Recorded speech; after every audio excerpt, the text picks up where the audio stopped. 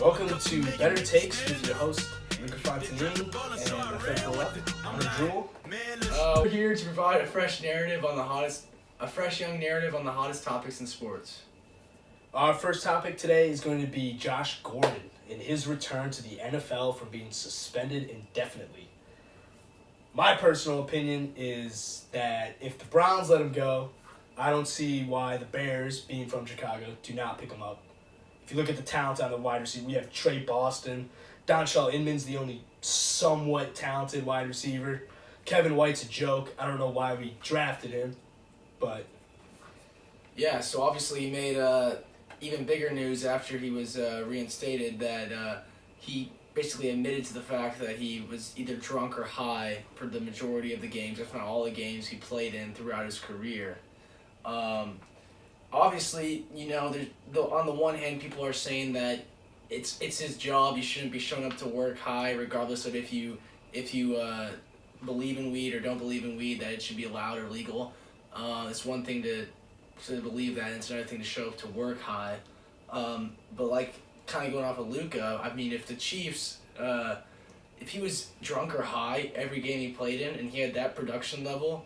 If the Chiefs could make sure that he could stay completely sober throughout his career, I don't see why they shouldn't take a chance on him. I mean, he looking through his statistics, he hasn't played a game since 2014. 2013, he had 87 receptions for 1,600 yards and 9 TDs, which he's showing up drunk or high is unbelievable. Just raw. He's doing that basically off of raw talent being messed up. That amazes me. Still 26. Still have a long career ahead of him. So, yeah, I wish him all the best, and I hope he gets a chance. Yeah, he gets out of he's been in rehab for I think 120 days. It is. So props to him. It's a terrific life journey. Hopefully he can stay sober and continue his career. Former Pro Bowler. Next up is Super Bowl predictions that we want to talk about, which... All right, if you want to start off, go ahead. All right. So obviously, the big favorites in the AFC, the Patriots and the Steelers. In my opinion, I think they've pulled away as the two potential favorites in the AFC. I don't know, who else would you say? In the AFC, I'm not taking the Steelers for a second. Who would you say ahead of the Steelers? I like the Jags more than the Steelers. If you take a look at their defense, everything's set. Defensively, they are one of the most talented units in the league. Quarterback-wise is an if. It's a big if. Wide receiver-wise, I guess you can say is an if too, but Marquise Lee has really stepped up the past 2 weeks. All I'm saying is who's been there before. The Steelers have proven it time and time again. They've shown up in the playoffs. They've been successful. The Jags, this is going to be new territory for them. Warm weather city. Edit that out. Warm weather city. Who knows how they're gonna play in the cold temperatures, especially if they need to head to Pittsburgh or head to New England. Who knows how they're gonna do? I think first of all, I think in the AFCs, I think most people would agree that it's weaker than the NFC. I think in NFC, you could argue that in the AFC it's more the better teams are better than the best teams in the NFC, but I think bottom down, NFC's proven to be a better conference. I think you could also throw the Chiefs in at the AFC. I think they're gonna, the easiest part of their schedule is coming up: Giants, Jets, Buffalo. I think they could really turn it around and maybe hit their stride. If I was asked who would be my Super Bowl favorite from the AFC in the beginning of the year, if you throw out the Patriots, I probably would have gone with the Texans. After Deshaun Watson took over, I would have gone with the Texans. Right. But seeming that Tom Savage doesn't deserve a spot in the NFL, he's the biggest joke of a quarterback I've ever seen. Right. But NFC-wise, I definitely love the Vikings. I like the Eagles. I think Eagles are a given. The Rams are intriguing to me. I don't think the Saints have a chance in hell. Really? I don't think the Saints have a chance in hell. I just think, they won 7 in a row. Drew Brees is getting old.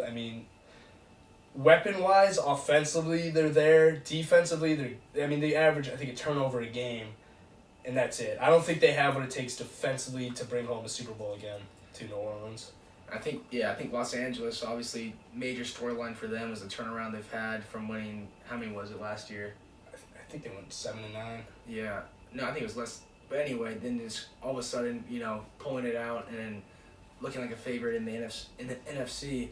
Sean McVay, new coach, obviously, is proving himself better than Jeff Fisher. And I think, the play of Jared Goff has a lot to do with McVay as a coach, opening up Jared Goff's playing and allowing them to really use the weapons they have. So, Sean McVay, the mad scientist of the NFL.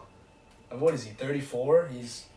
That's unbelievable. I believe he's youngest head coach, 31, yeah. Also, don't sleep on the Lions. If they can snag a wild card spot, they got to play pretty well these last few weeks. But if they can snag a wild card spot, they got a great defense. They have a franchise quarterback in Matt Stafford, who probably is one of the more underrated quarterbacks in the NFL. He's a franchise quarterback.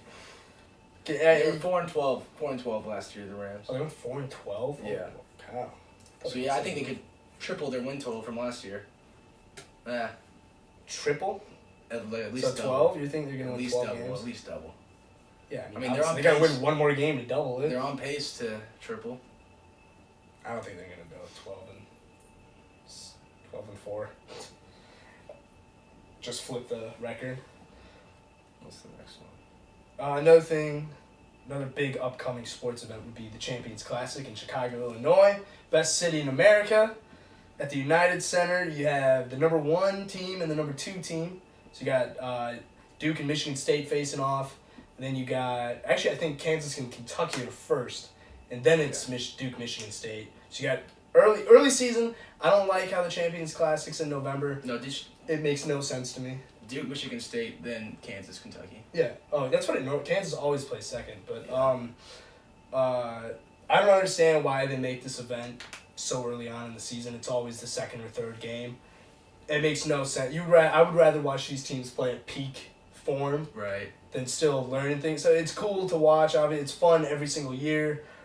But at the end of the day, the teams are going to get so much better by the end of the year that I don't think it's a true, if per se Duke beats Michigan State, I don't think it's fair to say Michigan State's the worst team this early on. You can't judge a lot off of it, but I think the coaches like having it this early on, see where their team stacks up, see how their team stacks up against a quality opponent. Because, all 4 of these teams, they're going to be... There are 4. You got 4 teams that could eat. It's all every year. This is a Final Four. Right. This could be the Final Four. Right. Who do you like in the opening matchup, Duke or Michigan State? I'd have to say Michigan State. Not by much, though. I just think Michigan State, with Miles Bridges shocking the world coming back. Right. Him, Nick Ward, Jaren Jackson. I think they, just top to bottom, I think they're better than Duke. Yeah. And I think they're going to have a better year than Duke. But, Duke's still extremely talented. Marvin Bagley, obviously. They got 4 of the past 5 years. They got the number 1 overall recruit, Trevon Duvall, yeah. But I would have to say I'm taking Michigan State by 7 over Duke. Do you have you're starting a college program. You can choose from one coach in the country. You have the choices between Bill Self, John Calipari, Tom Izzo, or Coach K. Who are you taking? Unbiasedly, it's going to come out as biased. Unbiasedly, Bill Self. And reason being, John Calipari is a great recruiter. Coach K, great recruiter. Bill Self, somewhat. He gets... he's a great recruiter. I was going to say he's more than that. He's definitely more than that. But I'm just saying, John Calipari is obviously pretty much all recruitment. I hate John Calipari as a coach. I don't think he's a coach. I don't think he deserves to be being paid what he's paid. That's my opinion. But Bill Self, I enjoy the way... He doesn't do what Izzo...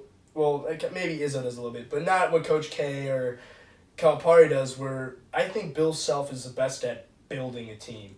He doesn't just recruit 4 or 5 stars or whatever, and that's he gets your team. Them, but he gets them. That's what's cool. Yeah, he gets the transfers. Malik Newman coming in, Charlie Moore, the Lawson brothers, and then also you topple that off with a Billy Preston here and there, or Andrew Wiggins, or a Kelly Oubre. Right. I love and even finding a Frank Mason and Devontae Graham. Frank originally committed to Towson, Devontae, Appalachian State. Those two coming in. Frank Player of the Year last year, and Devontae possible National Player of the Year this year. Just the way he can build a team and keep the team successful for so long. Obviously, 13 straight conference championships for the Big 12. Looking to get 13, break the record, but UCLA. But No. definitely, I would take Bill Self. I'd have to go with Coach K, most likely, considering the fact that all the great teams Bill Self's had, all the 13 straight Big 12 championships. He's only been in 2 national championships. He's only won one of them. The other one he was never going to win against that Kentucky team. Duke, Coach K, 5 national championships. 2 since 2010. Kansas, Bill Self. I'm not gonna knock. Obviously, he's a great coach, but he just can't seem to get it done in the tournament time. And for me personally, it's like that Kentucky team when I think they won the national championship, and then the next year they were in the NIT. Lost to Robert Morris. Right. I'd much rather have my team win a national championship, go to the NIT for even 2 years, play in the NIT, not even in the tournament, win the national championship. I'd much rather have that than have a constant success of Kansas, pretty much Elite Eight and out. I have to somewhat agree with you. It's hard to say as Kansas fans, but yeah, Bill Self with the teams he's had should not have won national championship. I can completely agree with that. Right. But I think he's a great coach, though. He's a great coach. Yeah, he's held this program to new standards. Right. Now the expectation is that you're going to win the Big 12 conference. And yeah, I would probably rather have a national championship. Not probably, I would definitely rather have a national championship. But to keep the team that year in and year out, Kansas is going to be a top 10 team, which I think is remarkable by him. Right. Like they say, you don't, you don't rebuild in Kansas, you retool, which I think says a lot about Bill Self and his ability to bring in players. All right, so let's move on to another topic that should be pretty close to your heart. Breaking news today, Italy not going to be in the World Cup. Couple weeks ago, actually over a month ago, obviously I was hurt. USA didn't qualify. What's your reaction to Italy not qualifying first time since 1958? Heartbroken. I'll be honest, I watch soccer every 2 years. Euro Cup, World Cup, Euro Cup, World Cup, whatever. That's the only time I watch soccer. So I'm not a huge soccer fan. I'll admit that. I'm biased towards Italy, being Italian. But it's something everyone, no matter how Italian you are, you look forward to watching Italy play in the World Cup. Right. And the fact, it's what? I think it's 59 years since they've... Yeah, it's been 59 years since they haven't made a World Cup. I remember as a kid watching the 2006 World Cup down at my neighbor's house, Roberto Baldi, and just the it brought my family together, being an Italian family. It brings every Italian brings together. the country together. Yeah, exactly. It's the one international sport, and I don't even know what to say. I know Italy's a young team. They're gonna be back. It's just gonna take some time, but. Yeah, I'm definitely heartbroken. It's not a good feeling. And then with America being out, I'm not even gonna watch the World Cup, to be honest, this year. There's nothing for me to watch. Not being that big of a soccer fan. Yeah, so. It's kind of the same thing with the U.S. It's gotten to the point, Italy more so than the United States, but both countries they expect to make it. Obviously, Italy, they more so than the U.S. doesn't really have that kind of confidence that they're gonna make it to the World Cup every time. As a U.S. fan, it's kind of saddens me that we have that arrogance about it because the first we've made it is 22, the quarterfinals. We've never made the semis, never won one, but we still have this kind of American soccer is a joke in my opinion, but whatever. Yeah, I think also big news in soccer for the U.S. Christian Pulisic just came out saying that the U.S. needs to do a better job developing the young talent, specifically the 16 to 19-year-old age, and I think he's correct on that, spot on. I think the MLS needs to be changed in a way that it's not about, and college soccer for that matter, that it's not about the results at the MLS level, but it should be more about developing the young talent. I saw Hercules Gomez bring up a good point about how, or no, I think it was Shakta, about how, if you're a crappy MLS side, why do you care about the results? Potentially trying to get a draw, trying to get an extra point. If you're not going to make the playoffs anyway, you should be using that time to give your young players a chance to develop. And I think honestly, the U.S. not making a World Cup will be a good thing for U.S. soccer in the long run. It'll be hopefully there's a major shakeup from top to bottom, starting with Galati. Also, another storyline about Italy. I could be wrong, but this was the last World Cup Buffon was going to play in and then retire. Right. And as an Italian, I grew up with Gianluigi Buffon. I remember just watching Gianluigi. Like, him and Pirlo were the guys. Pirlo's gone, he retired. But Buffon, he was my favorite, one of my favorite athletes growing up as a kid. He was my background. We named my dog, actually my current dog is named after him. That's why my dog's name is Gigi, for Gigi Buffon. But it's a true story, actually. That's why my dog's name is Gigi. And now he's not going to get a chance to play in another World Cup, which kind of breaks my heart a little bit, just as a fan, as a supporter of his, because he was going to retire. You wanted to have him at least making it. I knew Italy wasn't going to go far in the World Cup this year, but at least have him play in one more. It's selfish. He's played in many. It's not like it's his first one, but still. He's a World Cup winner, but definitely would have loved to see him go off on a high note instead of not even getting a chance to play. Right. Did I wrap it up? Yeah. Here at Better Takes, we're trying to build a channel off the support of our family, our friends, trying to bring in a fresh take into the sports world. Just bring it a little younger. You see Sports Center going to a direction of politics these days. We're trying to keep it strictly sports on this channel. Occasionally we'll string off and do some fun things, maybe talk about other things, maybe a video game here and there, stuff like that. But we're just trying to build a channel, have fun with it. Typically, Hunter and I won't agree on a lot of the topics. Today was an exception. We did have a lot of similar opinions on a lot of things, which doesn't happen very often. It is the first episode. We're learning, but we would love for your support throughout the time. And any suggestions, anything you want us to discuss, just comment down below. We're open to advice. Yeah, that was for. And those are our Better Takes. This is going to take so long to edit.